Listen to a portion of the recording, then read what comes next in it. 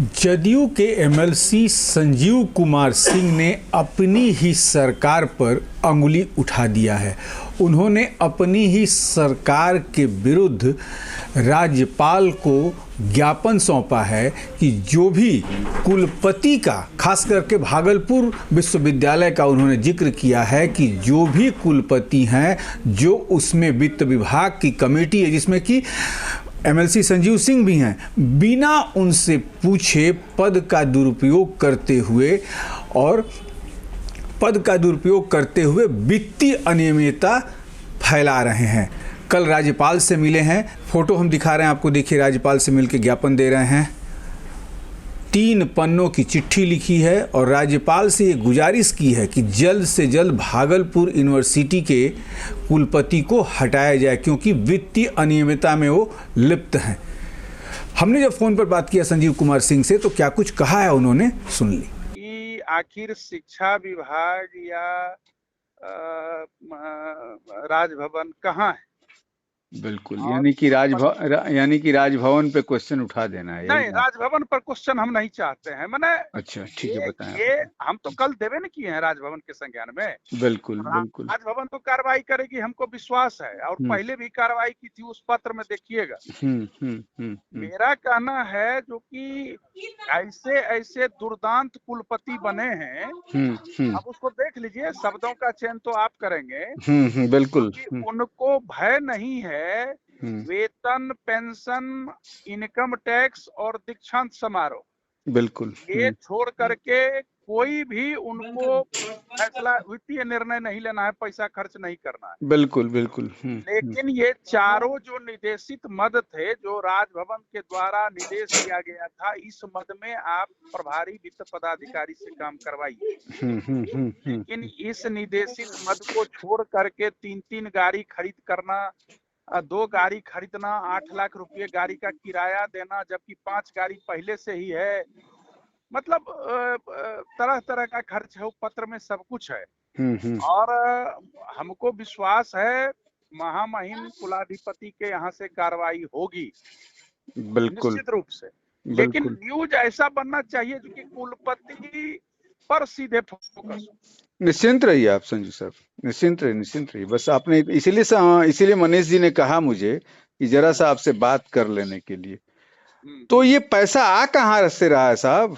पैसा तो विश्वविद्यालय में है ना, पैसा विश्वविद्यालय में है, उसके लिए नियम है जो कि बिना सिंडिकेट की अनुमति के आप विशेष कोई भी खर्च नहीं कर सकते हैं। और ऊपर से जब माननीय कुलाधिपति महोदय ने रोक लगा दिया जो कि सिर्फ इसी मद में खर्च करेंगे, और सिंडिकेट भी नहीं किया और बिना सिंडिकेट से पूछे इन्होंने खर्च कर दिया, तो खर्च मालिक तो वहाँ का कुलपति है, जैसे सरकार के मुखिया होते हैं मुख्यमंत्री। बिल्कुल। लेकिन कैबिनेट की बैठक क्यों करते हैं मंगलवार में?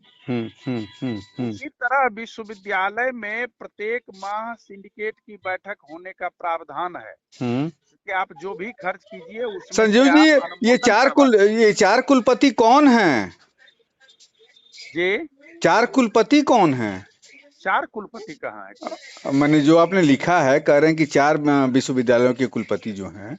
नहीं, कहाँ लिखे 4 विश्वविद्यालय ना? कौन हैं ये लोग? कौन हैं जो खर्च कर रहे हैं बिना पूछे? 4 कहाँ लिखे हैं? हम तो एक ही विश्वविद्यालय भागलपुर के बारे में लिखे हैं ना। भागलपुर के बारे में आप लिख रहे हैं। अभी तो कर रहा है, कोई कर रहा होगा, लेकिन हम तो भागलपुर में सिंडिकेट के मेंबर ना हैं।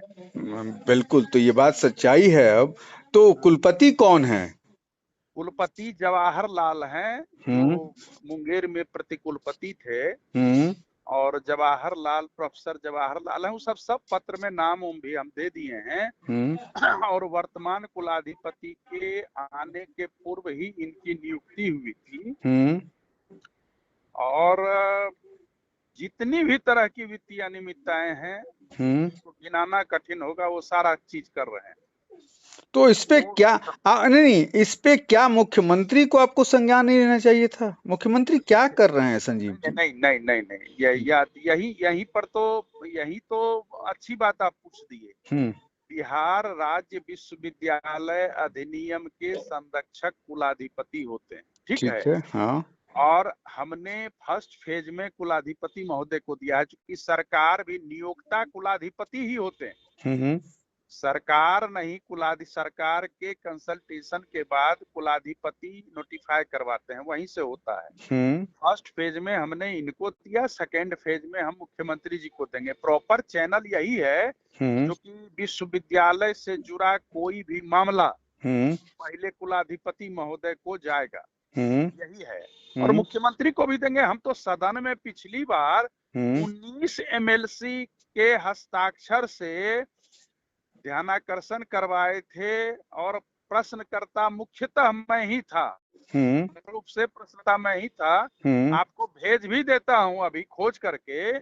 सुना आपने संजीव सिंह को, कहा कि पूरी तरीके से वित्तीय अनियमितता में लिप्त हैं जो भागलपुर विश्वविद्यालय के कुलपति हैं। अब देखना ये है कि क्या ज्ञापन के बाद जो राज्यपाल का एक तौर से विशेषाधिकार है, राज्यपाल क्या अपने विशेषाधिकार का उपयोग करके कुलपति को वहाँ से हटाते हैं या नहीं, इस पर भी नज़र रहेगी। आप बने रहिए हमारे साथ।